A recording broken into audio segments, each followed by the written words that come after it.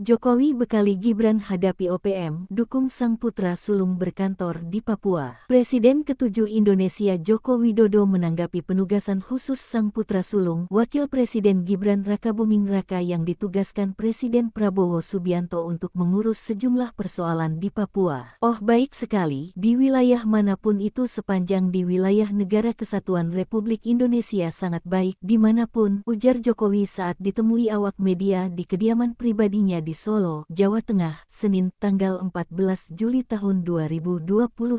Menurut dia semua harus direncanakan. Semuanya memang harus direncanakan, semuanya harus dipersiapkan, agar seluruh daerah itu merasakan pembangunan. Saya kira penugasan itu baik sekali, bagus sekali, imbuhnya. Saat ditanya mengenai pekerjaan rumah besar yang masih harus diselesaikan di Papua, Jokowi menyebut masih banyak tantangan yang harus dihadapi, mulai dari sektor pendidikan, kesehatan, infrastruktur, hingga keamanan termasuk gangguan OPM atau KKB. Mantan wali kota Solo itu menuturkan, sebenarnya penugasan seorang wakil presiden untuk menangani Papua bukanlah hal baru. Ia mengingatkan, pada masa pemerintahannya, Wapres ke-13 Kiai Haji Ma'ruf Amin juga diberi tanggung jawab yang sama. Ketika dirinya ditanya apakah merasa yakin sang putra sulung bisa menjalankan tugas yang diberikan tersebut dengan baik, Jokowi meminta masyarakatlah yang akan melihat sendiri. Ya dilihat sajalah. Wong namanya penugasan dari presiden, dimanapun memang harus siap, tutup Jokowi. Sebagai informasi, Menteri Koordinator Bidang Hukum, HAM, Imigrasi, dan Pemasyarakatan Yusril Iza Mahendra menyampaikan Wakil Presiden Gibran Rakabuming Raka ditunjuk oleh Presiden Prabowo sebagai Ketua Badan Khusus Percepatan Pembangunan Otonomi Khusus Papua.